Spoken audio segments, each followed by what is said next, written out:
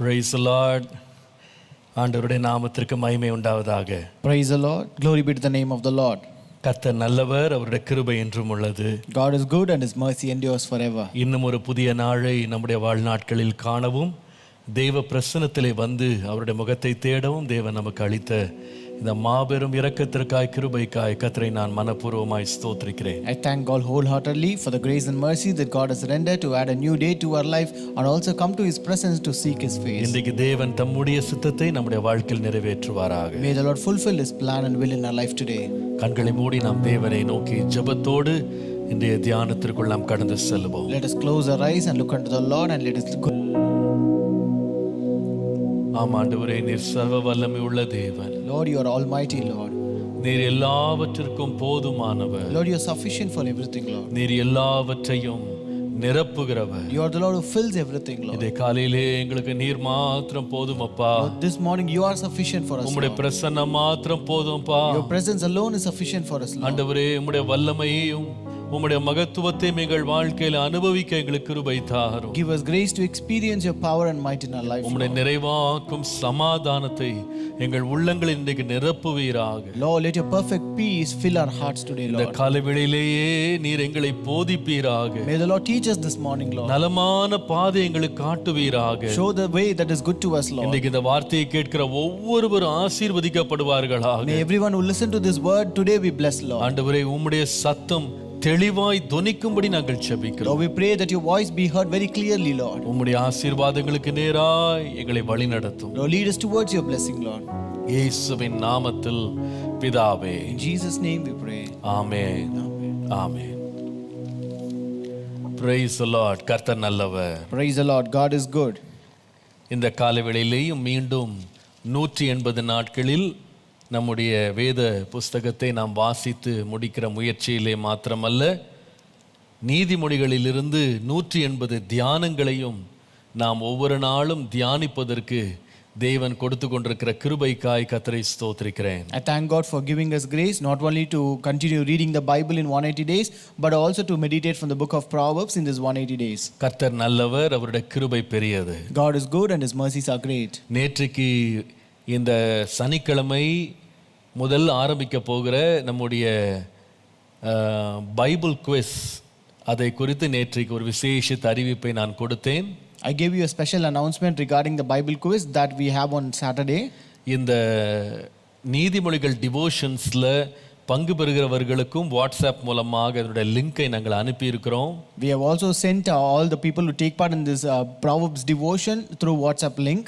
நான் நினைக்கிறேன் நீங்கள் எல்லாருமே உதவி செய்து அநேகருக்கு இதை நீங்கள் பரம்பச் செய்தால், அநேகர் அறியும்படி நீங்கள் உதவி செய்தால் மிகவும் சந்தோஷமாக இருக்கும். So it would be really happy if we help us by spreading this news to all whoever you know. கர்த்தர் இதன் மூலமாய் அநேகருடைய வாழ்க்கையை ஆசீர்வதிப்பாராக. May the Lord bless many people's lives through this. இன்றைக்கும் நாம் தொடர்ந்து நீதிமொழிகள் புஸ்தகத்திலிருந்து நம்முடைய தியானத்தை நாம் தொடரலாம். So let us again continue our devotion from the book of Proverbs. நேற்றைக்கு வாசித்த அதே பகுதியை நாம் வாசிக்கலாம். Let us read the same scripture portion that we read yesterday. நீதிமொழிகள் 3ஆம் அதிகாரம் முதல் 2 வசனங்கள். Proverbs 3 first 2 verses. என் மகனே, என் போதகத்தை மறவாதே, உன் இருதயம் என் கட்டளைகளை காக்க கடவது. அவைகள் உனக்கு நீடித்த நாட்களையும் தீர்க்காயுசையும் சமாதானத்தையும் பெருக பண்ணும். My son, do not forget my law, but let your heart keep my commands. For length of days and long life and peace they will add to you. நேற்றைக்கு ஆண்டவருடைய அளவற்ற கிருபையினாலே தேவனுடைய போதகத்தையும் அவருடைய கட்டளைகளை நாம் காக்கும்போது கர்த்தர் எப்படி நம்முடைய ஆயுசு நாட்களை பெருக பண்ணுகிறார் என்று சொல்லி நேற்றுக்கு நாம் தியானித்தோம். Yesterday we meditated like how when we don't forget the law of the Lord and keep all his commandments, how does the Lord give a length of days? இன்றைக்கு அந்த வசனத்தில் இன்னொரு காரியத்தை நம்ம கவனிக்க போகிறோம். Today we're going to meditate one more thing in that verse. கர்த்தருடைய போதகத்தையும் அவருடைய கட்டளைகளை நம்ம காத்து நடக்கும்போது தேவன் நமக்கு பெருக பண்ணுகிற இரண்டாவது காரியம் சமாதானம். The second thing that the Lord gives us when we don't forget his law and keep his commandments is peace. கர்த்தருடைய பரிசுத்த நாமத்திற்கு மகிமை உண்டாவதாக. Glory be to the holy name of God. நீங்கள் 119ஆம் சங்கீதம் 165ஆம் வசனத்தை வாசிக்கும்போது, If you read Psalm 119 and verse 165, வேதம் சொல்லுகிறது, உம்முடைய வேதத்தை நேசிக்கிறவர்களுக்கு மிகுந்த சமாதானம் உண்டு, அவர்களுக்கு இடறல் இல்லை என்று வாசிக்கிறோம். the Bible says, great peace have those who love your law and nothing causes them to stumble. கர்த்தருடைய வார்த்தைக்கும் ஒரு மனிதன் அனுபவிக்கும் சமாதானத்துக்கும் அதிகமான சம்பந்தம் இருக்கிறது. There's a great or big connection between the peace and the word of God. நம்ம எவ்வளவு அதிகமாக கர்த்தருடைய வேதத்தை நாம் நேசிக்கிறோமோ, கர்த்தர் அவ்வளவு அதிகமாக தம்முடைய சமாதானத்தை நம்முடைய உள்ளங்களிலே தேவன் பதிக்கிறார். The more we love the word of God, the more peace the Lord adds to our life. நான் நினைக்கிறேன் நம்ம எல்லாருக்கும் எல்லாவற்றை பார்க்கிலும் சமாதானம் ரொம்ப அவசியம். So I think peace is very much essential for us above all. நீதிமொழிகளை நீங்கள் வாசிப்பீர்களானால் அநேக இடங்கள்ல எப்படி சமாதானமா இருப்பது, அமெரிக்கையா இருப்பதை குறித்து அதிகமான முக்கியத்துவத்தை கொடுக்கப்பட்டிருக்கிறத பார்க்கலாம். If you read in Proverbs, in many places you can find that how more importance has been given to this peace. நான் சில உதாரணங்களை உங்களுக்கு காண்பிக்கிறேன். I will show you some examples. நீதிமொழிகள் 21ஆம் அதிகாரத்துக்கு வாங்க. Come to Proverbs 21. 9ஆம் வசனத்தை நீங்கள் வாசிப்பீர்களானால், If you read verse 9, 21:9, Proverbs 21:9, சண்டைக்காரியோடே ஒரு பெரிய வீட்டில் குடியிருப்பதை பார்க்கிலும் வீட்டின் மேல் ஒரு மூலையில் தங்கியிருப்பதே நலம் என்று வாசிக்கிறோம். it is better to dwell in the corner of a housetop than with a brawling woman in a wide house. அப்போ ஒரு பெரிய வீடு, பெரிய ஆஸ்தியை பார்க்கிலும் எது முக்கியம்னு கேட்டீங்கன்னா சமாதானம். So peace is more important than spacious house. நீங்கள் அது மாத்திரமல்ல, அதே 21ஆம் அதிகாரத்தின் 19ஆம் வசனத்தை நீங்கள் வாசிப்பீர்களானால், If you read again Proverbs 21 and verse 19, அதாவது சண்டைக்காரியும் கோபக்காரியுமான ஸ்திரீயுடன் குடியிருப்பதை பார்க்கிலும் வனாந்தரத்துல குடியிருப்பது நலம்னு பார்க்கிறோம். if we read, it is better to dwell in the wilderness than with a contentious and an angry woman. இப்போ இது என்ன காண்பிக்கிறதுனா, எந்த இடத்துல இருக்கிறோன்றது முக்கியம் இல்ல, சமாதானம் தான் ரொம்ப முக்கியம். So here it shows that peace is more important than location. எவ்வளவு அதிகமாக வைத்திருக்கிறோன்றது முக்கியம் இல்ல, சமாதானம் முக்கியம். So it is not important that what we have in more in number, but peace is more important. இரண்டாவது, எந்த இடத்துல இருக்கிறோன்றது முக்கியம் இல்ல, நமக்கு சமாதானம் தான் அதை விட முக்கியம். Second, peace is more important than location. நீங்கள் அதே போல நீதிமொழிகள் 15ஆம் அதிகாரம் 17ஆம் வசனத்துக்கு வருவீர்களானால், If you read Proverbs 15 and verse 17, அங்கே பகையோடு இருக்கும் கொழுத்த எருதின் கரியை பார்க்கிலும் ஸ்நேகத்தோடு இருக்கும் இலைக்கரியே நல்லதுன்னு பார்க்கிறோம். we read, better is the dinner of herbs where love is than a stalled ox and hatred therewith. அப்போ சமாதானம் நாம உண்கிற ஆகாரத்தை பார்க்கிலும் அது ரொம்ப முக்கியமானது. So therefore peace is more important than the food that we eat. நம்ம எத்தனை பேர் இப்படி சமாதானத்தை முக்கியப்படுத்துறோம்னு தெரியல. We don't know how many people gives importance to peace. நிறைய பேர் பொருட்களுக்கு ரொம்ப முக்கியத்துவம் கொடுக்கறாங்க, இடத்துக்கு முக்கியத்துவம் கொடுக்கறாங்க, வசதிகளுக்கு முக்கியத்துவம் கொடுக்கறாங்க, ஆகாரத்துக்கு முக்கியத்துவம் கொடுக்கறாங்க. Many people give importance to the spacious things, their possessions, their location and food.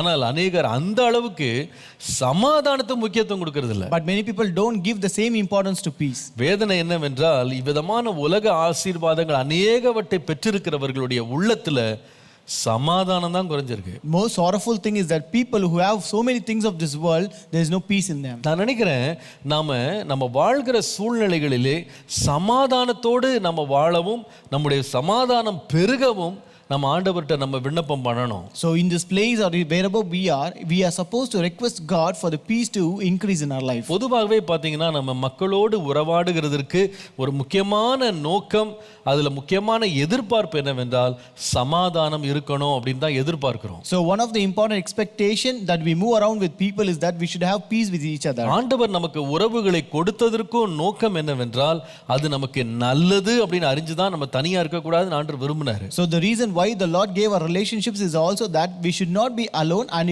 it is good always to be together. அதை தான் நீங்கள் பிரசங்கி 4ஆம் அதிகாரத்தில் வாசிக்கலாம். That is what you can read in Ecclesiastes chapter 4. பிரசங்கி 4:9 12 வாசிக்கும்போது, If you read Ecclesiastes chapter 4 verse 9 to அங்கே 12, ஜனங்கள் ஒன்றாய் கூடி இருக்கிறதுனால் உண்டாகிற 3 நன்மைகளை வாசிக்கிறோம். here you can read about the three advantages that happens when people come together. முதலாவது, ஒன்றாய் வசிக்கிறவர்களால் நடக்கிற நன்மை என்னவென்றால் 9ஆம் வசனத்துல அவர்களுடைய பிரயாசத்துக்கு நல்ல பலன் உண்டாகும் என்று வாசிக்கிறோம். So the first advantage is that when people come together, that brings them good reward for their efforts.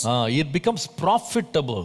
அவர்களுக்கு பலன், அவர்களுக்கு லாபம் இருக்கிறது என்று பார்க்கிறோம். So we see that it is profitable to them. இரண்டாவது, 2 பேர் படுத்து கிடந்தால் 11ஆம் வசனத்துல அவர்களுக்கு சூடு உண்டாகும்னு வாசிக்கிறோம். So in verse 11 it says, if two lie together, then they will have heat. அதாவது அர்த்தம் என்னவென்றால் அவர்களுக்கு ஒரு இன்பம் உண்டாகும். So it means that it is pleasurable.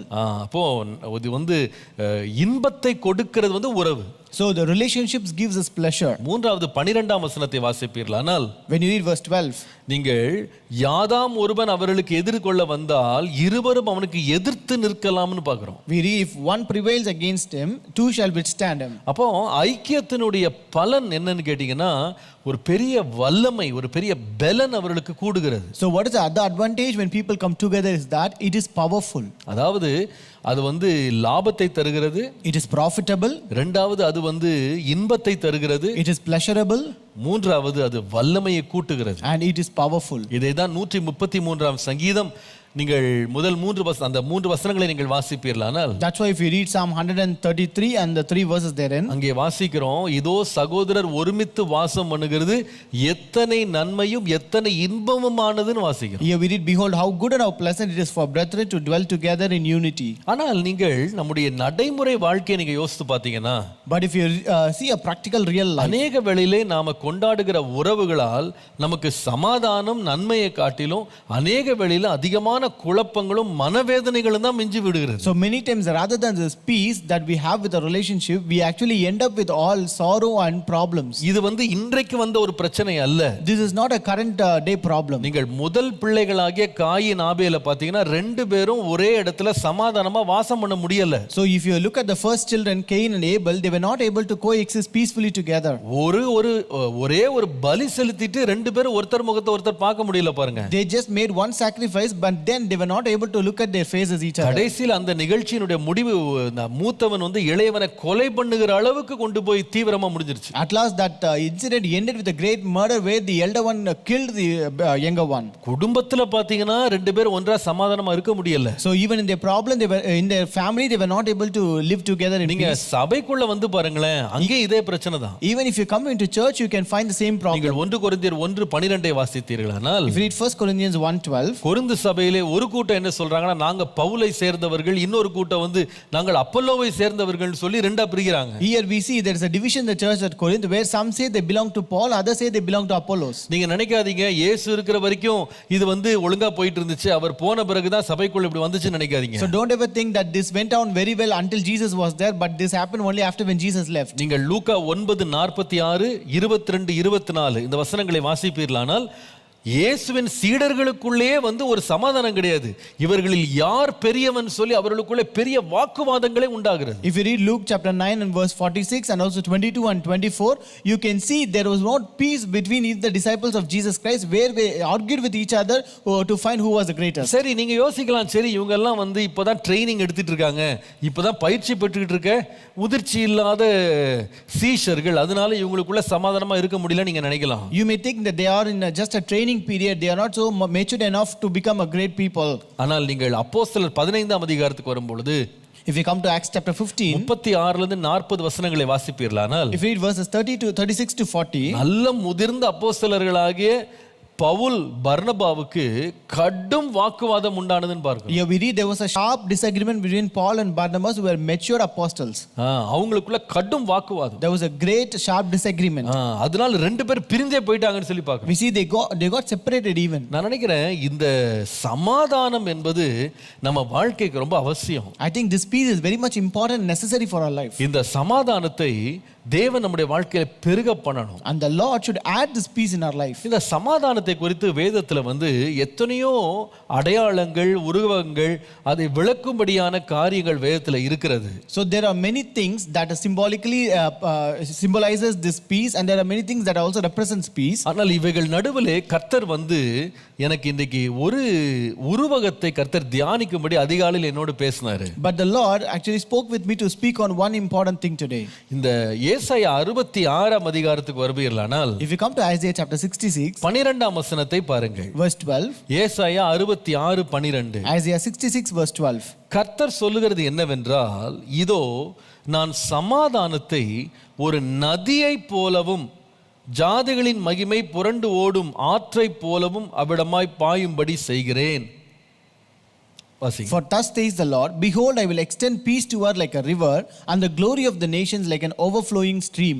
எத்தனையோ இடங்கள்ல சமாதானத்துக்கு எத்தனையோ அடையாளங்கள் கொடுக்கப்பட்டிருந்தாலும் இந்த வசனத்தை படிக்கும்போது சமாதானம் எதோடு ஒப்பிடப்பட்டிருக்கிறது என்று பார்ப்பீர்களானா, அது ஒரு நதி, ஒரு ஆறுக்கு ஒப்பிடப்பட்டிருக்கிறது. Though peace is symbolized using many other things in many other places, but here the peace is actually compared to a river. கர்த்தருடைய நாமத்திற்கு மகிமை உண்டாவதாக. Glory be to the name of the Lord. இந்த காலையில இந்த கண்ணோட்டத்துல சமாதானத்தை தியானிக்கும்படி கர்த்தர் என்னை வழி நடத்தினார். So this morning the Lord led me to meditate about this peace in this perspective. சமாதானம் ஒரு நதியை போல கர்த்தர் பெருக பண்ணுவார். The Lord will increase or extend peace like a river. கர்த்தருடைய நாமத்திற்கு மகிமை உண்டாவதாக. Glory be to the name of the Lord. இந்த நதியை பற்றி நான் யோசித்த பொழுது, when I thought about this river, இந்த நதிக்கு 3 சுபாவங்கள் இருக்கிறது, 3 தன்மைகள் இருக்கிறது.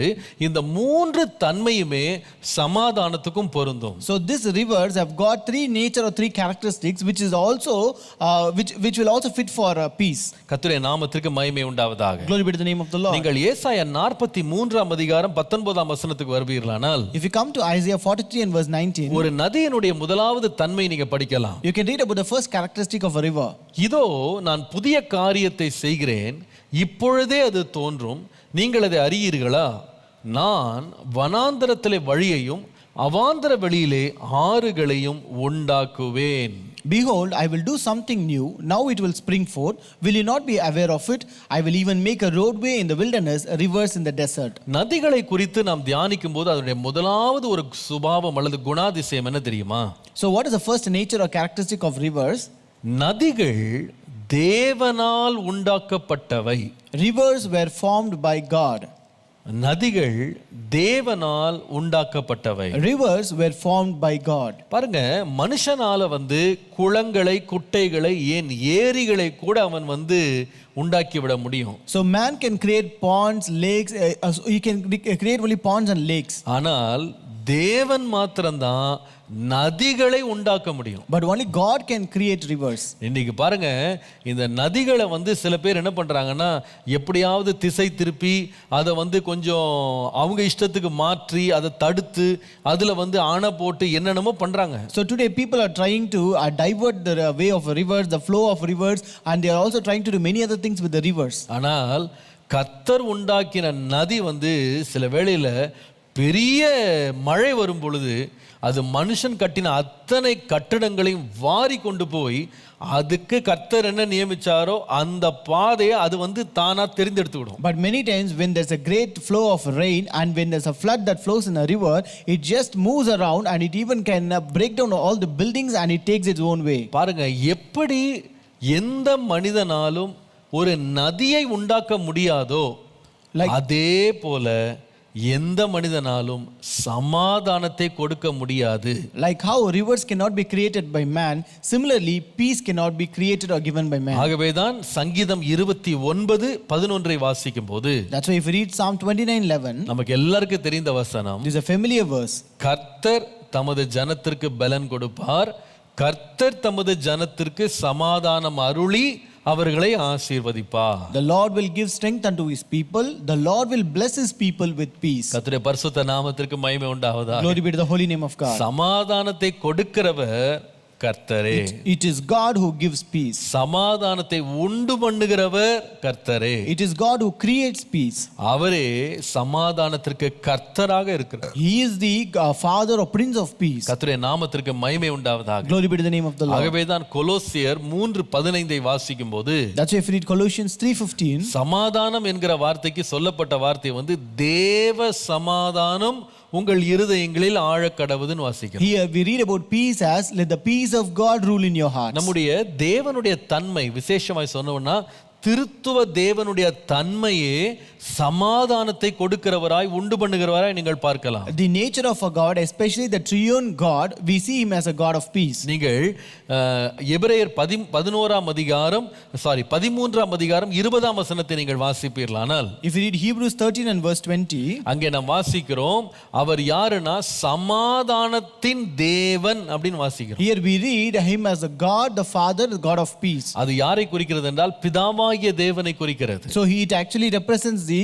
Father, the God. ஏசாயா 9ஆம் அதிகாரம் 6ஆம் வசனத்தை வாசிப்பீர்களானால், If you read Isaiah 9 and verse 6, இயேசு கொடுக்கப்பட்ட ஒரு நாமங்களிலே ஒன்று, அவர் சமாதான பிரபு என்ற குமாரனை பற்றி எழுதியிருக்கிறது. so one of the names that is being given to Jesus is the Prince of Peace, which is written about the Son. கர்த்தருடைய நாமத்துக்கு மகிமை உண்டாவதாக. Glory be to the name of the Lord. நீங்கள் கலாத்தியர் 5ஆம் அதிகாரம் 22ஆம் வசனத்துக்கு வருவீர்களானால், If you come to Galatians chapter 5 and verse 22, இந்த சமாதானம் என்பது என்னவென்றால் பரிசுத்த ஆவியானவருடைய கனி என்று வாசிக்கிறோம். we read this peace as one of the fruit of Holy Spirit. அப்போ பிதாவாகிய தேவனால் உண்டாகிற சமாதானம், So first is a peace, a peace that comes through God the Father. அதே போல குமாரனாகிய இயேசு கிறிஸ்து தருகிற சமாதானம், Next, the peace that the Son Jesus Christ gives it. மூன்றாவது பரிசுத்த ஆவியானவரால் நாம் பெறும் சமாதானம். And third, the peace that we receive through the Holy Spirit. அது எதன் முக்கியத்துவம் இங்க பெறுது அப்படின்னு சொன்னா, சமாதானத்தை உண்டு பண்ணுகிறவர் கர்த்தர் மாத்திரமே. So it actually says that it is God who creates peace. கர்த்தர் தமது ஜனத்திற்கு சமாதானம் கொடுப்பார். The Lord will give peace unto his people. இதைதான் இயேசு சொல்லும் பொழுது யோவான் 14ஆம் அதிகாரம் 27ஆம் வசனத்தை நீங்கள் வாசிக்கும் போது, This is what when Jesus said in John chapter 14 and verse 27,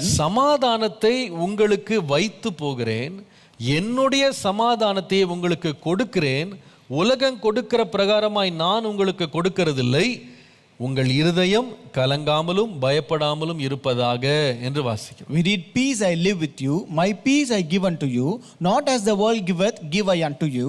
Let not your heart be troubled, neither let it be afraid. ரொம்ப அழகா இருக்கு இந்த வார்த்தைகள். The words are very beautiful here. எங்கேயோ நான் இரவல் வாங்கி உங்களுக்கு கொடுக்க வேண்டிய அவசியம் இல்லப்பா. I did not borrow it from someone else and give it to you. நான் எங்க இருந்தோ எடுத்து கொடுக்க வேண்டிய அவசியம் இல்ல. I did not take it from somewhere and give it to you. நான் சொல்லுவேன், இயேசு சொன்னாரு, என்னுடைய சமாதானத்தை உங்களுக்கு நான் தர்றேன். Jesus said, I will give you my peace. அது என்னுடைய சமாதானம். It is my peace. அது மாத்திரம் இல்ல, அவர் சொன்னாரு, And not only that, நான் கொடுக்கிற சமாதானத்தை நீங்க உலகத்துல எங்கேயும் நீங்க பார்க்க முடியாது. the peace that I give you, you cannot find it in this world. நீங்கள் இதுவரைக்கும் அனுபவித்துள்ள எல்லா சமாதானத்தை பார்க்கிலும் இயேசுவின் சமாதானம் வித்தியாசமானது. The peace that Jesus gives is totally different from any other peace that you have experienced so far. நீங்கள் இதுவரைக்கும் கேள்விப்படாததும் காணாததுமான ஒரு சமாதானத்தை இயேசு தான் தருகிறேன் என்று சொன்னார். Jesus said that he will give us peace which is unseen and unheard of. கர்த்தருடைய நாமத்திற்கு மகிமை உண்டாவதாக.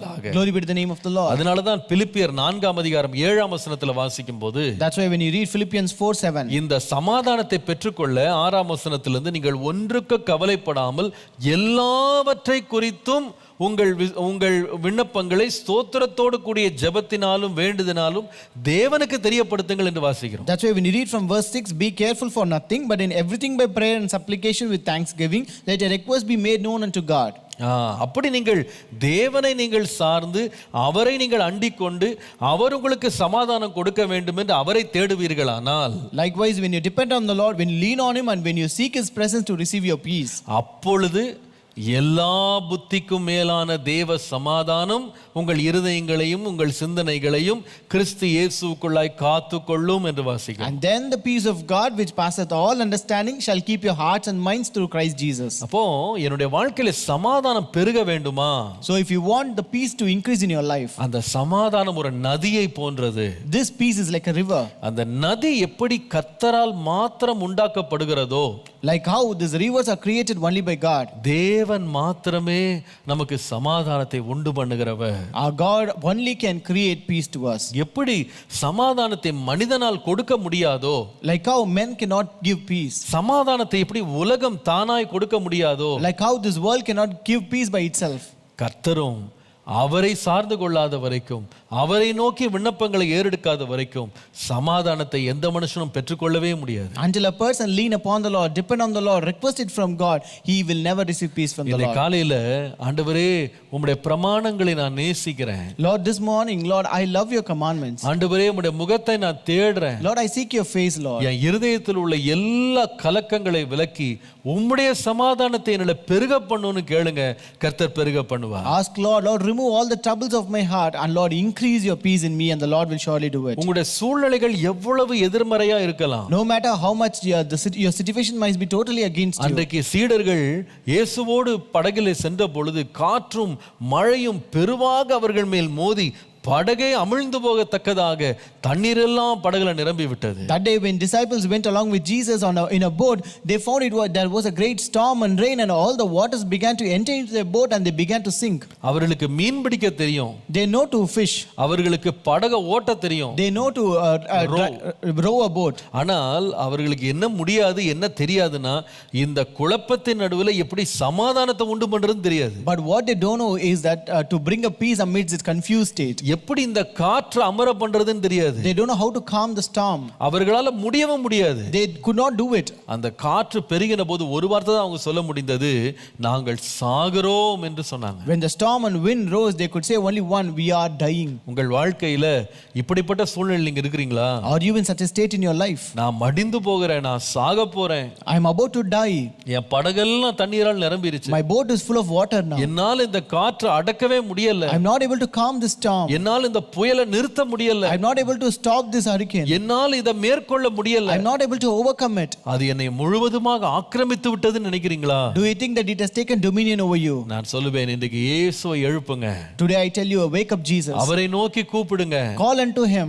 அவருடைய வார்த்தையை பிடித்துக் கொள்ளுங்க. Hold on to his word. அவரை நோக்கி விண்ணப்பங்களை ஏறிடுங்க. And give your petition unto the Lord. ஒன்றுக்கு கவலைப்படாமல் எல்லாவற்றை குறித்தும் நீங்க ஆண்டவருக்கு தெரியப்படுத்துங்க. And don't worry about anything, but just give everything unto the Lord. நான் சொல்லுவேன், புத்தி கெட்டாத சமாதானத்தினால் கர்த்தர் உங்களை நிரப்ப வல்லவராய் And I இருக்கிறார். tell you, the peace of God which surpasseth all understanding will be able to fill your நான் life. சொல்லுவேன், எப்படி நதிகளை தேவனே உண்டாக்குகிறாரோ அதே போல சமாதானத்தையும் அவராலே மட்டுமே நமக்கு கொடுக்க முடியும். Like how rivers were formed by God, peace will also can be given only by God. கர்த்தருடைய பரிசுத்த நாமத்திற்கு மகிமை உண்டாவதா. Glory be to the holy name of God. இந்த நதிகளை குறித்து நான் யோசிக்கும் பொழுது இன்னொரு காரியத்தை கர்த்தர் எனக்கு ஞாபகப்படுத்தினாரு. So when he thought about these rivers, the Lord reminded me one more thing. இந்த நதி என்பது எப்படிப்பட்டது என்று கேட்டார், நதிக்கு ஒரு இரண்டாவது சுபாவம் இருக்கு. There's a second nature or characteristic of this river. நதியானது ஒவ்வொரு நாளும் ஒவ்வொரு நொடியும் புதிய தண்ணீரை பாய்ச்சி அடிக்கும். These rivers keep flowing with freshness. ஒவ்வொரு நாளும் புதிய தண்ணீரை அது என்ன செய்யும்னா அது நமக்கு பாய்ந்து அளிக்கும். Rivers keep flowing with freshness and new water. கர்த்தருடைய நாமத்துக்கு மகிமை உண்டாவதா. Glory be to the name of the Lord. ஒரு குளத்துல குட்டையில கூட வந்த தண்ணி அப்படியே தேங்கிரும். So even in a pond you can see that they remain stagnant. ஆனால் ஒரு ரிவரை பாத்தீங்கன்னா அது ஊற்றிலிருந்து எழும்பி அது என்னைக்குமே ஃப்ரெஷ்ஷா வந்துட்டே இருக்கும். But when you see a river, it starts from its spring and it always keep flowing with freshness. ஆகவேதான் ஒருவர் சொல்லுவாரு, எந்த ஒருவனும் ஒரு நதியில ஒரே நதியில ரெண்டு முறை மூழ்க முடியாதுன்னு சொல்லுவாரு. So a person said no one can immerse in a river twice என்று சொல்லுவார். அப்படின்னா அர்த்தம் என்னன்னா, நீ ஒரு முறை முங்கி எழுதினா அடுத்தது வர்றது புது தண்ணின்னு சொல்லுவார். It means that when you immerse first time and rise up, the second time when you immerse, it is a new water. அது புதிய தண்ணீர். It is a new water. அது பழசு ரிவர்ஸ்ல திரும்பி வரவே வராது. The old water will not come again in reverse. அது திரும்ப சர்க்குலேட் ஆகாது. It cannot circulate again. ஒரு ஊற்றிலிருந்து அது கிளம்பி ஊற ஆரம்பிச்சிட்டு ஓட ஆரம்பிச்சிட்டுனா அது வந்து புதிய தண்ணீராக ஒவ்வொரு நாளும் இருக்கும். When it starts flowing from a spring, it is new and fresh always. அது புதிய பாதைகளை தெரிந்து கொள்ளும். It will choose new paths. நான் சொல்லுவேன் அதை வந்து நீ எட்டி பிடிக்கணும். You have to catch it. நீ அதான் பின்தொடர்ந்து போகணும். You have to pursue it. கர்த்தருடைய நாமத்துக்கு மகிமை உண்டாவதாக. Glory be to the name of the இதை Lord. குறித்து நான் யோசிக்கும் போது ஒரு காரியத்தை கர்த்தர் இன்னைக்கு காலைல பேசினாரு. So when I thought about this, the Lord spoke with me. 1 பேதுரு 3ஆம் அதிகாரம் 10 11 வாசிப்பீர்களானால், If you read 1 Peter chapter 3 verse 10 and 11. ஜீவனை விரும்பி நல்ல நாட்களை காண வேண்டும் இருக்கிறவன் பொல்லாப்புக்கு தன் நாவையும் கபடத்துக்கு தன் உதடுகளையும் விலக்கி காத்து பொல்லாப்பை விட்டு நீங்கி நன்மை செய்து சமாதானத்தை தேடி அதை பின் தொடர கடவன் என்று வாசிக்கிறோம். We read, for whoever would love life and seek good days must keep their tongue from evil and their lips from deceitful speech. They must turn from evil and do good. They must seek peace and pursue it. அப்படின்னா அர்த்தம் என்னன்னா, இந்த சமாதானம் வந்து யாருக்காகவும் நிக்காது. So it means that this peace will not stop for anyone. அது பாய்ந்து ஓடிக்கிட்டே இருக்கும். It will keep on flowing. நாம தான் என்ன பண்ணணும்னா அதை தேடி பின்தொடர்ந்து பிடிக்கணும். But we are supposed to seek it and pursue it. சமாதானத்தை தேடி பின்தொடர்ந்து பிடிக்கணும். We have to seek peace and pursue it. அது தானாய் நடக்கும்னு காத்திருக்க முடியாது. It is not an automatic process to wait. அதனால தான் எபேசியர் 4ஆம் அதிகாரம் 3ஆம் வசனத்தை வாசிக்கும்போது, That's when we read Ephesians 4:3. சமாதான கட்டினால் ஆவியின் ஒருமையை காத்துக்கொள்ள ஜாக்கிரதையாய் இருங்கள் என்று வாசிக்கிறோம். We read, endeavoring to keep the unity of the spirit in the bond of peace. ஆங்கிலத்தில் இது கொடுக்கப்பட்ட வார்த்தை வந்து சமாதானத்தை காத்துக்கொள்ள நீங்க வந்து பிரயாசப்படுங்கன்னு அவர் எழுதுறார். In English it says you have to endeavor to keep up the peace. நீங்க முயற்சி எடுங்க. You have to make effort. நீங்க வந்து அதை பின்தொடர்ந்து போகணும். You have to pursue it. இன்னொரு விதமா சொன்னா, In other words, இந்த சமாதானம் என்பது ஒரு குட்டையை போல வந்தது அப்படியே நிலைச்சிருக்கும்னு எதிர்பார்க்க கூடாது. so don't ever expect that it is like a pond which is stagnant and remains forever. நான் சொல்லுவேன், இந்த சமாதானம் என்பது ஒவ்வொரு நாளும் நம்ம வாழ்க்கையில நாம புதிதாக தேடி கண்டுபிடிக்கணும். But we have to find new thing, and it is a continual process. We have to find new things every எப்படி day. ஒரு நதி வந்து தினந்தோறும் புதிய தண்ணீரை வந்து சுரந்து அது வந்து ஓடிக்கொண்டே இருக்கிறதோ பாய்ந்து கொண்டே இருக்கிறதோ, அதே போல சமாதானத்தையும் நம்ம தொடர்ந்து பின்தொடர்ந்து ஒவ்வொரு நாளும் அதை நாம் புதுப்பித்துக் கொள்ளணும். Like how rivers spring up and give continually, it gives a new fresh water. We are also supposed to renew this peace every day.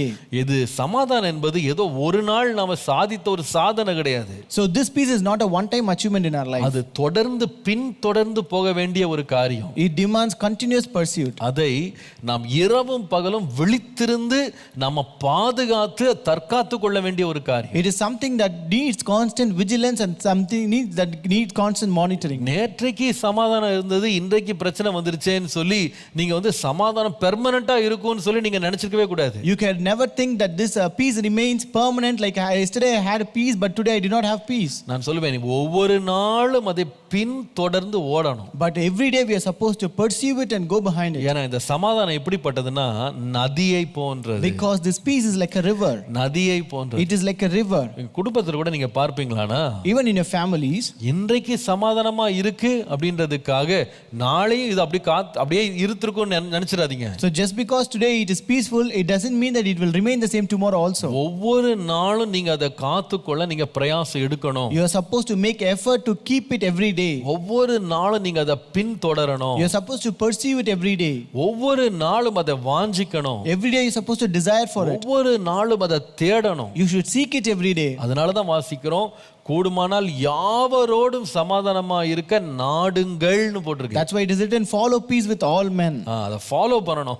You are supposed to follow it. அதை நாடணும், அதை தேடணும். You have to follow and seek it. ஏன்னா அது நதி போல பாஞ்சிக்கிட்டே இருக்கும். It's because it flows like a river. நீங்க ஒவ்வொரு நாளும் போய் முண்டு கொள்ளணும். You are supposed to take it from it every day. ஒவ்வொரு நாளும் அதை நீங்க சார்ந்து இருக்கணும். And you have to lean upon it every day. பாருங்க, இந்த இந்த இந்த நதிகள் வந்து அந்த காலத்துல வந்து ஃப்ரெஷ் வாட்டருக்கு இதான் ஒரே source. So those days it is the only source for fresh water. இந்த நதியை சுற்றி தான் எல்லா பேர் என்ன சிவிலைசேஷன்ஸ் அல்லது எல்லா விதமான பேர் என்ன மனித குழுக்கள் எல்லாமே அதை சுத்தா வாழ்ந்தது. So civilization all lived depending upon these rivers. சமுதாயங்கள் எல்லாமே இந்த நதியை சார்ந்து தான் வாழ்ந்தது. All the society and civilization depended upon rivers. இந்த எகிப்திய சாம்ராஜ்யம், நீங்க எந்த கிரேக்க சாம்ராஜ்யம் எதை எடுத்துக்கிட்டீங்கனாலும் அவங்க எதன் அருகில வந்து சாம்ராஜ்யங்களை ஸ்தாபித்தாங்கன்னா அவங்களுக்கு டெய்லி தண்ணி கொடுக்கக்கூடிய தண்ணீர் ஊற்று பக்கத்துல தான் அவங்க சாம்ராஜ்யங்களை வைத்திருந்தாங்க. Even if you look at this, the Egyptian kingdoms and also Roman kingdoms, you can see that they established their kingdom only near the rivers. அதுல அதுல வந்து அந்த தண்ணீர் பாய்ந்து வந்தாதான் அவங்களால என்ன பண்ண முடியும்னா உயிர் வாழ முடியும். So only when the rivers flow in those rivers, only then they can survive. அதுல ஒரு நல்ல காரியம் என்னன்னு கேட்டீங்கன்னா, And one among the important thing there, ஒவ்வொரு நாளும் அவர்களுக்கு வேண்டிய தண்ணீரை அவங்க ஃப்ரெஷ்ஷா மொண்டு கொள்வாங்க. so they used to take water fresh every day for that is required for them. சமாதானத்தை கூட அப்படிதான் நம்ம தேடணும். And we should also seek peace in the same manner. ஒவ்வொரு நாளும் மொண்டு கொள்ளணும். We should take and every day. ஒவ்வொரு நாளும் பின்தொடரணும். We have to pursue it every day. கொஞ்சம் கவனிக்காம நம்ம போயிட்டோம்னு சொன்னா,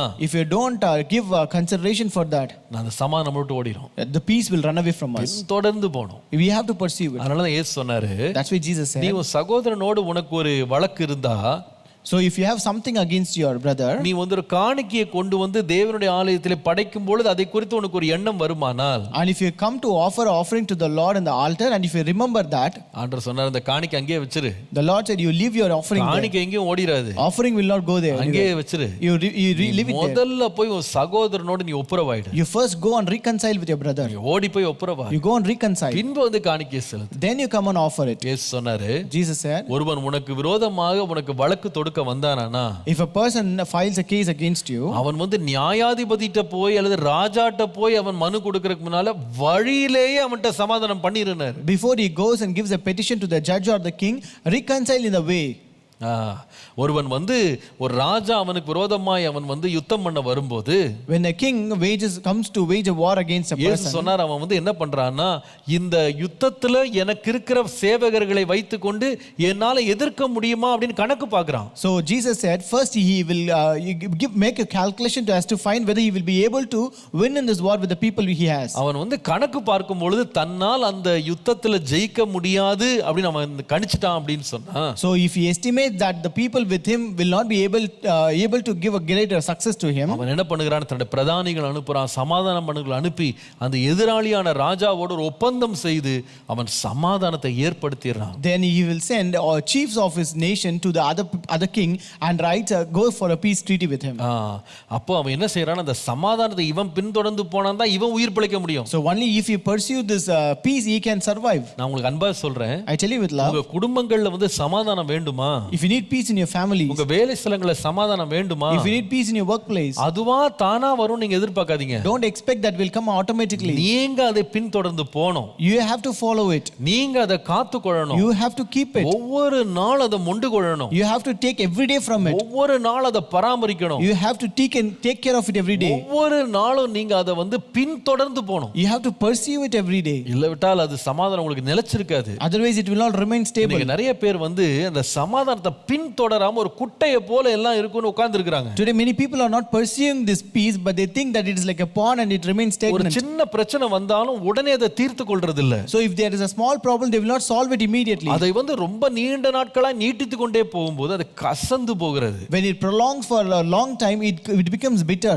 சூரியன் அஸ்தமிக்கிறதுக்கு முன்பாக ஒரு கோபம் தணிஞ்சிரணும். So before the sun sets, your wrath should go down. ஒவ்வொரு நாள் நீ சமாதானத்தை பின்பற்றி ஓடணும். You have to follow and pursue peace every day. அதை வந்து ஒரு ஓடுகிற நதியை போல நீ பாய்ந்து போய் எடுக்கணும். So like a flowing river, you have to go behind it and get it from it. தினந்தோறும் அதை புதுப்பிக்கணும். You have to renew it every day. நான் சொல்லுவேன், அப்படி உங்களுடைய சமாதானம் ஒவ்வொரு நாளும் புதிதாக பாய்ந்து வருகிற ஒரு நதியை போல உங்களுக்கு இருக்குமானால், I tell you, if the peace is like a river that keeps flowing with freshness every day, நான் சொல்லுவேன் உங்க வாழ்க்கை வந்து ஒரு சமாதானம் நிறைந்த ஒரு வாழ்க்கையா இருக்கும். I tell you, your life will be a peaceful life. உங்கள் சமாதானம் பெருகும். Your peace will increase in your life. உங்க நதியை போன்ற சமாதானத்திலிருந்து நீங்க ஒவ்வொரு நாளும் சமாதானத்தை காத்துக்கொள்ள பிரயாசம் எடுங்க. And you should take effort to keep that peace in your life which is flowing like a river. மூன்றாவது, இந்த நதியை குறித்து நான் கவனித்த பொழுது, And third, when I thought about these rivers, இந்த நதி வந்து எப்படிப்பட்டது என்று பார்ப்பீர்களானால், what is the nature of these rivers? ஏசாயா 41ஆம் அதிகாரத்துக்கு வாங்க. Come to Isaiah 41. 18ஆம் வசனத்திலிருந்து வாசிக்கலாமா? If you read from verse 18, 41:18, 41:18. உயர்ந்த மேடுகளில் ஆறுகளையும் பள்ளத்தாக்குகளின் நடுவே ஊற்றுகளையும் திறந்து வனாந்தரத்தை தண்ணீர் தடாகமும் வறண்ட பூமியை நீர்க்கேணிகளுமாக்கி வனாந்தரத்தில் கேதுரு மரங்களையும் சித்தி மரங்களையும் மிருது செடிகளையும் ஒலிவ மரங்களையும் நட்டு அவாந்தர வெளியிலே தேவதாரு விருட்சங்களையும் பாய்மர விருட்சங்களையும் புன்னை மரங்களையும் உண்டு பண்ணுவேன். I will open rivers on the bare heights and springs in the midst of the valleys. I will make the wilderness a pool of water and the dry land fountains of water.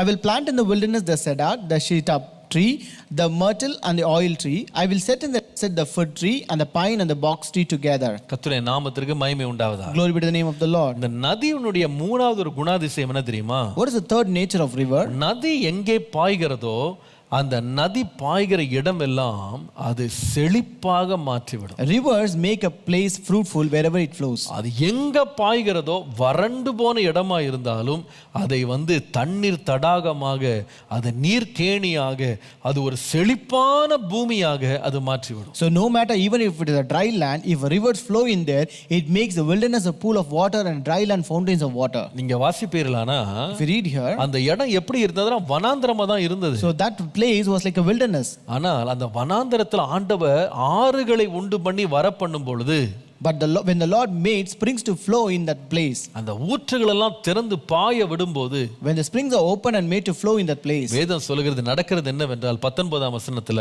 verse 19 says, கேதுரு மரம் முளைக்குது, சித்தி மரம் முளைக்குது, மிருதுச்செடி முளைக்குது, ஒலிவ மரம், தேவதாரு விருட்சம், பாய்மர விருட்சம், புன்னை மரங்கள் எல்லாம் உண்டாயிடுது. So here you can see cedar tree, the shitar tree, the myrtle, oil tree, and you can find a fir tree and many kinds of trees that are growing up here. எல்லாம் நன்மை தரும். So all brings fruits. எல்லா நன்மை தர்ற விருட்சங்கள் எல்லாம் அங்க உண்டாயிருது. And all the fruitful trees are growing up here. சங்கீதம் 1:3 வசனம் வாசிக்கும் போது கூட, Even if you read Psalm 1:3, அவன் நீர்க்கால்களில் நடமாய் நடப்பட்டு தன் காலத்தில் கனியை தந்து இலையுதிராது இருக்கிற மரத்தை போல் இருப்பான், அவன் செய்வதெல்லாம் வாய்க்கும்னு வாசிக்கிறோம். if we read, he will be like a tree firmly planted by streams of water, which yields its fruits in its season, and its leaf does not wither, and whatever he does, he prospers. அப்ப அர்த்தம் என்னன்னா, இந்த மரம் இப்படி பச்சை மரமாகவும் கனி தருகிற மரமாகவும் செழிப்பான மரமாகவும் வெற்றியுள்ள வாழ்க்கை வர வேண்டுமானா அதற்கு ஆதாரம் எங்க இருக்குன்னு கேட்டீங்கன்னா, நீர்க்கால்களின் ஓரமாய் நடப்பட்டா போதும். So it means that if this tree ought to be fruitful, if it ought to be prosperous, then it should be planted by the tree by the way of rivers. இதோட கருத்து என்னன்னு சொன்னா, So what does it mean? உங்க வாழ்க்கையில நீங்க எல்லா பகுதியிலும் செழிக்க வேண்டுமா? If you ought to prosper in all parts of your life, நான் உங்களுக்கு அன்பாய் சொல்லுவேன், I tell you with love, சமாதானத்தை ஒரு நதியை போல தேடுங்க. seek peace like a river. நிறைய பேர் பொருட்களை ரொம்ப தேடுறாங்க. Many people seek things. நிறைய பேர் அந்தஸ்தை தேடுறாங்க. Many people seek position. நிறைய பேர் நியாயத்தை தேடுறாங்க. Many people seek justice. நிறைய பேர் பல காரியங்களை தேடுறாங்க, சமாதானத்தை மட்டும் விட்டுறாங்க. Many people seek many other things, but they don't seek நிறைய peace. வீடுகள்ல இந்த பிரச்சனைகளுக்கு முடிவே வராத காரணம் என்னன்னா, அவங்க மற்ற எல்லாத்துக்கும் முக்கியத்துவம் கொடுக்கறாங்க, சமாதானத்துக்கு முக்கியத்துவம் கொடுக்கறது இல்ல. The reason why most of the problems don't end in our life or in a family is because they don't give importance to peace. நிறைய பேர் நினைக்கிறாங்க பொருளை வச்சு சமாதானத்தை வாங்கிரலாம்னு. They think we can buy peace using goods. பணத்தை வச்சு சமாதானம் வாங்கிரலாம். We can buy peace using money.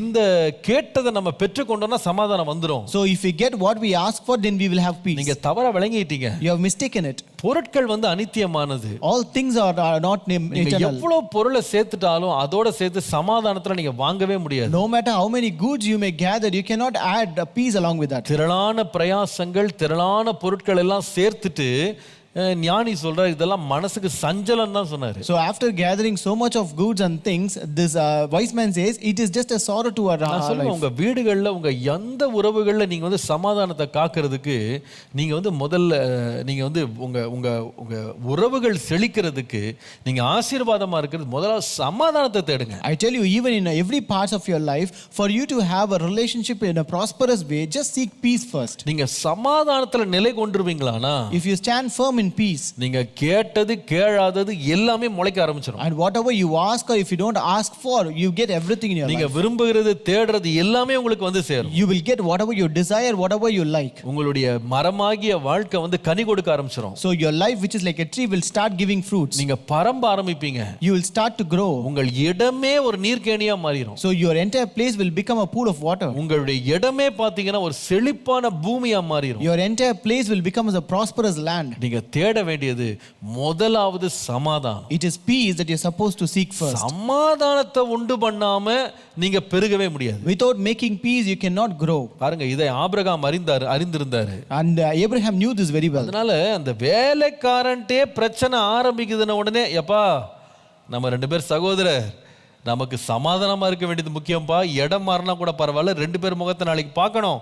அதனால சமாதானத்தை முக்கியப்படுத்தினான். So when he found that there's a problem between the servant of both the people, then he said, we need peace first. We are brethren, therefore let us seek peace alone. பாருங்க, ஈசாக்கு இதை அறிஞ்சு வச்சிருந்தாரு. Isaac also knew this. அதனால அவர் என்ன செய்தார்னா, தனக்கு விரோதமாக எழும்பின சத்துருக்கள் வந்து தனக்கு பிரச்சனை கொடுக்கும்போது இடங்களை கூட விட்டுட்டு போயிட்டாரு. So that's why when his enemies arose against him and made problem, created problem, he just gave the places and also left the place. அவர் தோண்டின துறவுகள் தண்ணீரே வந்தா கூட பரவாயில்ல எடுத்துக்கோன்னு சொல்லி போயிட்டாரு. Even when he dug wells and when he brought water, he just gave it to them and left the place. ஈசைக்கு போனது, சித்னா போனது. So he lot Isaac and Sitna. ஆனால் கடைசியில ரெகபோத் ஒன்று வந்தது. But at last he got Rehoboth. அந்த இடத்துல அவனோடு அவர்கள் வாக்குவாதம் பண்ணல. And they did not dispute with him. அப்ப உடனே ஈசாக்கு சொல்றாரு, Immediately Isaac said, கர்த்தர் இந்த தேசத்தில் நமக்கு இடம் உண்டாக்கினார். the Lord has made a place in this land. இப்பொழுது நாம் பலுகி பெருகுவோம். Now we shall increase and multiply. எப்போ?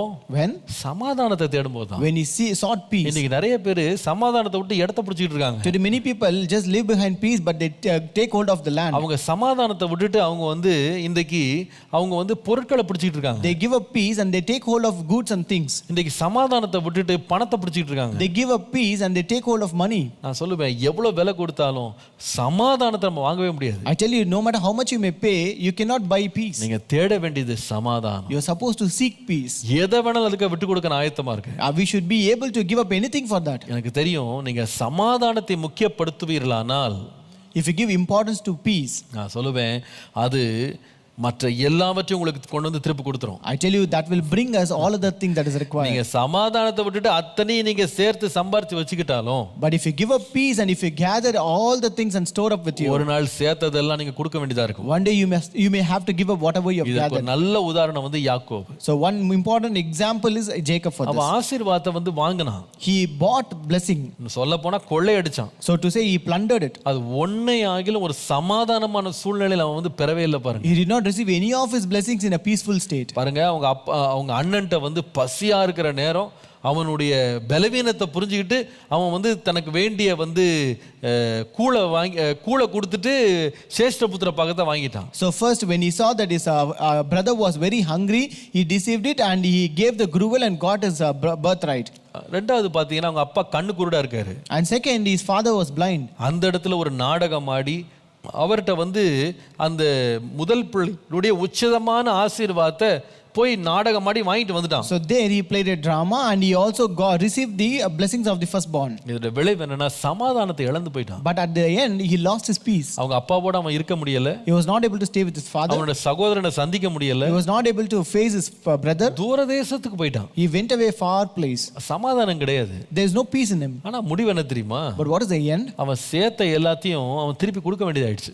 He had to give whatever he stored and gathered. அண்ணன் வேணான்னு சொன்னா கூட அவன் கொடுத்தான். Even if his brother refused, he gave it to him. நான் சொல்லுவேன், நீங்க சமாதானத்தை தேடுங்க. So I tell you, seek peace. இழந்ததெல்லாம் நீங்க பெற்றுக்கொள்வீங்க. You will restore whatever you lost. ஆனா நீங்க பொருட்களை சேர்த்துட்டு சமாதானத்தை விட்டீங்கன்னா, But if you store up things and if you have lost your peace, நீங்க அதற்காக பெரிய விலை கொடுக்க வேண்டியிருக்கும். then you may have to pay a big price. இந்த சமாதானம் வந்து இந்த நதியை போல, நதியை பார்த்தீங்கன்னா ஒரு இடத்துல இருந்து அது ஊற்று வந்தாலும் அது கண் பார்க்காத இடங்களுக்கு அது பாய்ந்து போகிறது. This peace is like a river where though it springs from one place, but it just keeps on moving to places which cannot be seen. பாருங்க, ஒரு நதி வந்து பெரிய ஒரு நதியாக பாய்ந்து வரும். நாங்க ஆந்திரால நான் பார்த்திருக்கேன். And I have seen in Andhra where a river will flow like a big river. Godavari Krishna river பார்த்தீங்கன்னா அவ்வளோ பெருசா இருக்கும். So those rivers like Godavari and Krishna, they will be huge. ஆனா அந்த நதிகள் வந்து துவங்கின இடத்திலிருந்து அது நீண்ட தூரம் பயணம் பண்ணினாலும் அது சின்ன சின்ன வாய்க்கால்களாக, அருவிகளாக அது பாய்ந்து கண் தெரியாத இடங்களில் எல்லாம் அது வந்து தண்ணீர் பாய்ந்து போயிட்டே இருக்கும். So though it starts as a single river from the source, but as it keeps on moving, it just splits or divides into many channels, many other branches, and keeps on going to places which you have not seen. நீங்க வீடுகளுக்கு போனீங்கன்னா அவங்க சொல்லுவாங்க, கிருஷ்ணா நதி தண்ணீர் இங்க வந்துட்டு இருக்குன்னு சொல்லுவாங்க. If you go to their houses, they will say, this is the water from Krishna river. Kaveri நதி தண்ணீர், பாலாறு தண்ணீர் வருது அப்படின்னு சொல்லி டேப்ல டேப்ல புடிச்சிட்டு இருப்பாங்க. So they will be getting the water from the tap saying that this is a river from Kaveri. அதுதான் நதி. That is the river. அதான் நதி. That is river. சமாதானம் அப்படிப்பட்டதுதான். Peace is also of same sort. நம்ம கண்ணுக்கே தெரியாது, அவ்விதமாக நம்முடைய வாழ்க்கையின் எல்லா பகுதிகளிலையும் அது பாய்ந்து ஓடிட்டு இருக்கும். It is unseen to our eyes, but it will just flow in all the parts of our life. அது பல விதங்கள்ல அது பிரான்ச் அவுட் பண்ணி எல்லா இடங்களையும் ஆக்கிரமிக்கும். It will branch out in many ways and it will accommodate all the places. நான் சொல்லுவேன், உங்க சமாதானத்தை நீங்க சாதாரணமா நினைக்காதீங்க. I tell you, don't underestimate your peace. அது உங்களுடைய சிந்தனைகளை தாக்கும். So it can affect your thoughts. அது உங்களுடைய குடும்பத்தினுடைய நலனை தாக்கும். It can also affect the welfare of your அது family. உங்களுடைய சரீர சுகத்தின் மேல அதுக்கு ஒரு தாக்கம் இருக்கு. And it has a great impact on the health of your body. பொருளாதார செழிப்புக்கு சமாதானம் ரொம்ப அவசியமா இருக்கு. Peace is very much essential for your financial prosperity. உங்க வேலையில உங்க செழிப்புல இந்த சமாதானம் ஒரு முக்கியமான பங்கு வகிக்குது. Peace also makes an important role in the workplace. உங்களுடைய திறமைகள்ல அது ஒரு முக்கியமான இடத்தை பிடிக்குது. Peace also occupies a major role in your talents. நீங்க எவ்வளவு நீங்க நுணுக்கமாக கிரியேட்டிவாக இருக்கீங்க அப்படின்றதுக்கு இந்த சமாதானம் ரொம்ப அவசியமா இருக்கு. This peace is very important to show how creative you are. நீங்க இருதயம் வந்து குழப்பத்தினாலும் நீங்க வாழ்க்கையை வந்து சமாதானம் கேட்டினால் நிறைச்சிட்டீங்கன்னா, நான் நிச்சயமா சொல்றேன், உங்க வாழ்க்கையின் எல்லா பகுதிகளில் ஒரு வாடலை நீங்க பாப்பீங்க.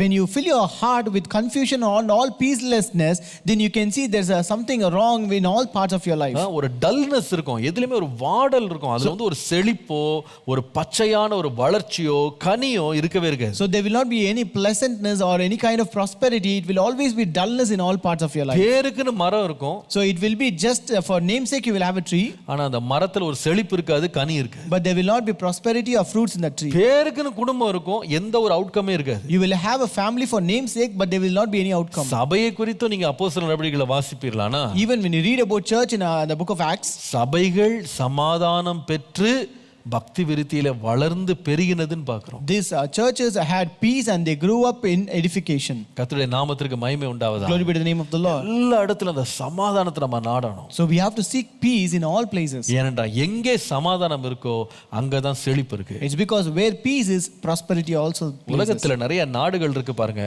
There are many countries in this world. அவ்வளவு செழிப்பான பூமிகள் என்று சொல்றாங்க. They call it as prosperous lands. உதாரணமாக ஆப்பிரிக்காவில் உள்ள அநேக நாடுகள், For example, many countries in Africa. அங்கே அதிகமான டைமண்ட்ஸ், கோல்டு, ஆயில் எல்லாமே இந்த இயற்கையா கிடைக்கக்கூடிய எல்லா நலன்களும் சொத்துக்களும் அதுல ஆண்டு மறைச்சு வச்சிருக்கிறாரு. We have all kinds of natural resources like diamond, oil and many other natural resources hidden in Africa. நீங்க ஆப்கானிஸ்தானை பாருங்க. Look at Afghanistan. அவங்க சொல்றாங்க அவ்வளவு ஒரு செழிப்பான பூமின்னு சொல்றாங்க. They call it a prosperous land. காஷ்மீரை பாருங்க. Consider Kashmir. அதோட அழகுக்கு அளவே இல்லைன்னு சொல்றாங்க. They say there is no limit to its beauty. இந்தியாவுடைய சுவிட்சர்லாந்து என்று சொல்றாங்க. They call it the Switzerland of India. ஆனா ஏன் அநேகர் அங்க போக மாட்டேங்கிறாங்க? But why don't people go there? ஏன் அந்த இடங்கள் வந்து நன்மையை கொடுக்க மாட்டேங்குது? Why are those places not giving any good to us? ஏன் அந்த இடத்துல வந்து அவ்வளவு பயத்தினால் ஜனங்க நிறைஞ்சிருக்காங்க? Why people are filled with fear in those places? இன்னைக்கு நிறைய பேர் நினைக்கிறாங்க இடத்தை பிடிச்சிட்டோம்னா எல்லாம் சாதிச்சிடலாம். Many people think if we take hold of that place we can achieve everything. அத வந்து எத்தனையோ அரசாங்கங்கள் ட்ரை பண்ணிருக்கு. Many governments have also tried it. இடத்தை தான் வச்சிருக்கலாமே தவிர அதுல ஒரு செழிப்பு இருக்கு. You can only have your place but there will not be any prosperity. நீங்க சமாதானத்தை தேடுவீர்களானால், But if you seek peace, சமாதானத்தை நிலைநாட்டுவீங்களானா, if you establish peace over there, நான் சொல்லுவேன் இடமும் உங்களுக்கு வரும், செழிப்பும் வரும். I tell you, you will also have the land and also prosperity. இடமும் வரும், நன்மையும் வரும். You will have the land and also the reward. அந்த இடமே ஒரு பெரிய ஆசீர்வாதமா மாறிடும். That entire place becomes a great blessing. உங்களோட வாழ்க்கையில, தனிப்பட்ட வாழ்க்கையிலேயும் குடும்பத்துல கூட ஆண்டவரே அந்த சமாதானத்தை காத்துக்கொள்ள கிருபை தார். Even in your personal life and in your family life, Lord, give me grace to keep this peace, Lord. சமாதானத்தை மட்டும் நான் இழந்துட கூடாது. I should not lose my peace. என்ன நிலைமை வந்தாலும், No matter whatever may happen, ஆண்டவரே அந்த சமாதானத்தை என் வாழ்க்கையில காத்துக்கொள்ள கிருபை தார். Lord, give me grace to keep the peace in my life, Lord. சமாதானத்தை என் வாழ்க்கையில ஜாக்கிரதையாய் வைத்துக்கொள்ள கிருபை தார். Lord, give me grace that I may keep this peace very எந்த carefully. சூழ்நிலையிலேயும் என் சமாதானத்தை நான் இழந்து போகாதபடி அதுக்கு பின் தொடர்ந்து போய் அதனால் வருகிற நன்மைகளை பெற்றுக்கொள்ள கிருபை தார் என்று கேள். Lord, give me grace in whatever might be the situation, I should pursue it and receive this peace in my life and keep it, காலவெளியிலே Lord. கர்த்தர் அந்த சமாதானத்தை பெருக பண்ணுவாரா? May the Lord add peace to our life this morning. யாருக்கு இந்த சமாதானம் பெருகும்? And to whom will this peace be added? நீங்கள் நீதிமொழிகள் 3ஆம் அதிகாரம் முதல் 2 வசனங்களை திரும்ப வாசிக்கிறேன். Let us read Proverbs 3:1 and 2 again. என் மகனே என் போதகத்தை மறவாதே. My son, do not forget my law. உன் இருதயம் என் கட்டளைகளை காக்க கடவது. But let your heart keep my commands. அவைகள் உனக்கு நீடித்த நாட்களையும் தீர்க்காயுசையும் சமாதானத்தையும் பெருக பண்ணும். For length of days and long life and peace they will add to you. அவருடைய பிரமாணத்தை பிடிச்சுக்கிடுங்க. Hold on to his commands. அவருடைய ஆலோசனைகளை கேளுங்க. And listen to his counsel. அவருடைய கட்டளைகளை உங்க இருதயத்துல காத்துக்கொள்ளுங்க. Keep his commandments in your heart. கர்த்தருடைய வசனம் உங்களுக்கு சொல்லுகிறதின்படி செய்து பாருங்க. Do according to the word of God. உங்கள் சமாதானம் குறையவே குறையாது. And your peace will not lack in your life. கர்த்தர் சமாதானத்தை பெருக பண்ணுவா. The Lord will add peace to your life. ஜெபம் பண்ணுவோமா? Shall we pray? கண்களை மூடி தேவனை நோக்கி பார்ப்போம். Let us close our eyes and look unto the Lord.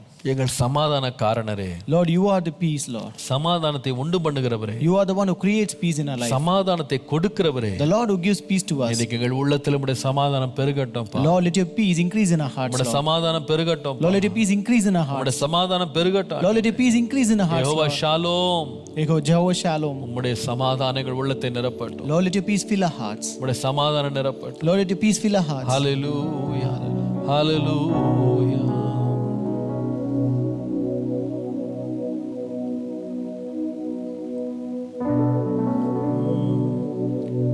Jehovah Shalom, சமாதானம் தருகிறீ. யெகோவா ஷாலோம், சமாதானம் தருகிறீ. கலங்கலப்பா, நாங்க கலங்கலப்பா, கலங்கலப்பா, நாங்க கலங்கலப்பா. கர்த்தர் நாமம் என் புகலிடமே, கருத்தோடு துதித்திடுவே. கர்த்தர் நாமம் என் புகலிடமே, கருத்தோடு துதித்திடுவே.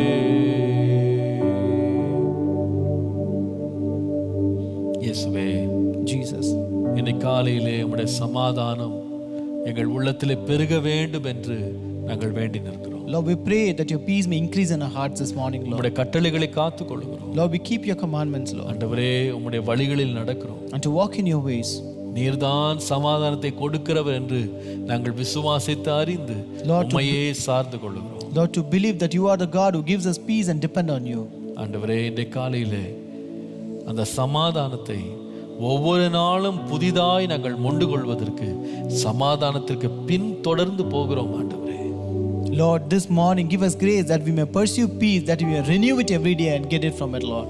ஆண்டவரே, Lord, அந்த சமாதானத்தை வாஞ்சிக்கிற ஒரு இருதயத்தை தார். give us a heart to desire that peace, Lord. அந்த சமாதானம் இல்லாமல் எங்கள் வாழ்க்கை ஒரு நாளும் செழிப்பாகாது. Lord, our life cannot be prosperous without this peace. இன்றைக்கு எங்கள் வாழ்க்கை கனி உள்ளதாக செழிப்பான பூமியாய் மாற உம்முடைய சமாதானம் ஒரு நதியை போல பாய்ந்து வரட்டும். Lord, let your peace flow like a river in our life, that it makes our life a prosperous and fruitful one. எங்கள் உள்ளங்களை உம்முடைய சமாதானத்தினால் இடைக்கட்டும். Lord, bind our hearts with your peace, Lord. இயேசுவின் நாமத்தில் பிதாவே, In Jesus' name we pray. Amen. Amen. Praise the Lord. இந்த Bible exam பற்றி அறிவிப்பை கேட்டிருக்கிறீர்கள். You have heard of the announcement regarding the Bible exam. இதுவரைக்கும் கேட்காதவங்க நம்ம யூடியூப் சேனல்ல அதற்கான வீடியோ பப்ளிஷ் பண்ணப்பட்டிருக்கிறது. If you have not heard it so far, we have the video published on our YouTube channel. Mock exam அல்லது sample டெஸ்ட்டை எடுக்க மறந்துடாதீங்க. And don't forget to take the sample test or mock exam. எல்லாரும் அதுல எழுதுங்க. Everyone take part in it. 3 கூட எழுதி பாருங்க. And try to attend all the 3. உங்களுக்கு பிடித்த லாங்குவேஜை சூஸ் பண்ணிடுங்க. Choose the language which you want. சனிக்கிழமை காலை ஒரு 8 மணி போல அந்த எக்ஸாம் தொடங்கும். So on Saturday by 8 o'clock in the morning the exam starts. பல நாடுகளிலிருந்து இதை பார்த்துக்கிட்டு இருக்கிறதுனால 2 நாள் அதை ஓப்பன் பண்ணியே வைக்கலாம்னு இருக்கோம். Since many people are watching from many other countries, we are planning to keep it open for 2 days. ஆகவே நீங்கள் அந்த நாள்ல நீங்க எழுதி நீங்க தேர்ச்சி பெறுங்க, வளருங்க, கற்றுக்கொள்ளுங்க. கர்த்தர் உங்களை ஆசீர்வதிப்பார். So take up the test on those days and you grow up in the Lord. உங்களுக்கு யாரெல்லாம் அறிமுகமா இருக்கிறாங்களோ தயவு செய்து அத்தனை பேருக்கு இதை பற்றி தெரிவிங்க. நீங்க ஃபோன் பண்ணி அவங்களை உற்சாகப்படுத்தி அவர்களையும் படிக்க சொல்லுங்க. Also share this information with all your acquaintances and also call them up and encourage them to take part in it. அவருடைய போர்ஷன்ஸ் உங்களுக்கு கொடுத்திருக்கிறோம். We have given the portions as well. அந்த போர்ஷன்ஸை படித்து ஆயத்தமாகுங்க. Read that portion and be prepared. 180 நாட்கள்ல வேதத்தை வாசிக்கிற முயற்சியும் விட்டுறாதீங்க. And don't also give up the challenge challenge of reading the Bible in 180 days. இன்றைக்கு வாசிக்க வேண்டிய வேத பகுதி யோவான் எழுதின சுவிசேஷம் 17ஆம் அதிகாரம் முதல் 21ஆம் அதிகாரம் வரைக்கும். So today's scripture portion is from the book of John, chapter 17 to 21. வாசிக்க மறந்துடாதீங்க. Don't forget to read it. நான் நினைக்கிறேன் நாளைக்கு மறுநாளும் ரிவிஷன் நினைக்கிறேன். And tomorrow and day after tomorrow we have revision. இந்த 2 நாள் எதுக்குன்னு சொன்னா, அடுத்த வியாழன் வெள்ளி எதற்குன்னு சொன்னா, நீங்க பரீட்சை எழுதுறதுக்கு முன்னால நீங்க வேதத்தை இன்னொரு முறை நீங்க கொஞ்சம் வாசித்து பார்த்து பழகிட்டு அந்த எக்ஸாமுக்காக உங்களை ப்ரிப்பேர் பண்றதுக்காக 2 நாள் விட்டுருக்கோம். So Thursday and Friday we have left it open that you may revise the portions for the exam. பயப்படாதீங்க எக்ஸாமை பார்த்து. Don't be afraid of the exam. தைரியமா எழுதுங்க. And take it boldly. நீங்க நிறைய கற்றுக்கொள்வீங்க. You will learn more things. அதனால கர்த்தர் உங்களை ஆசீர்வதிப்பார். May God bless you all. செய்கிறதை நேர்மையா செய்யுங்க. Do it honestly. கர்த்தர் உங்களை ஆசீர்வதிப்பார். And God will bless you. Praise the Lord.